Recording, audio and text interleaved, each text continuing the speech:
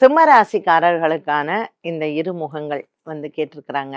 So சிம்ம ராசிக்காரர்கள் பார்த்தீங்கன்னா, ரொம்ப தைரியமானவர்கள். மகம், பூரம், உத்திரம்.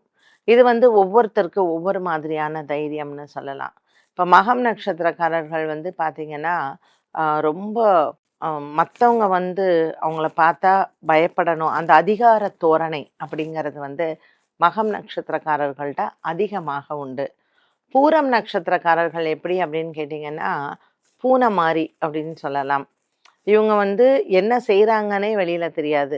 இவங்க செய்யக்கூடிய அந்த சிலுமிஷங்கள் அப்படின்னு சொல்லுவாங்கல்ல, ஊம குசும்புன்னு சொல்றோம் பார்த்தீங்களா? அது இந்த பூர நட்சத்திரக்காரங்கள நம்ம சொல்லலாம்.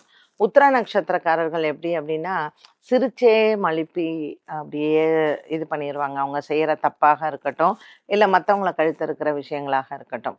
ஸோ இந்த சிம்ம ராசியில 3 நட்சத்திரங்களுமே 3 டிஃப்ரெண்ட்டான ஒரு பெர்சனாலிட்டீஸா நம்ம பார்க்கலாம். ஆம், இதுல காமன் ஃபேக்டர் அப்படிங்கும்பொழுது, அசட்டு தைரியம் அப்படிங்கிறது அவங்களுக்கு அதிகமாகவே உண்டு. பார்த்துக்கலாமே இப்ப வந்தத அப்படின்ட்டுன்னு. இது சம்டைம்ஸ் அவங்களுக்கே அது பேக் ஃபயர் ஆகும் அப்படிங்கிறது அவங்க தெரியாது.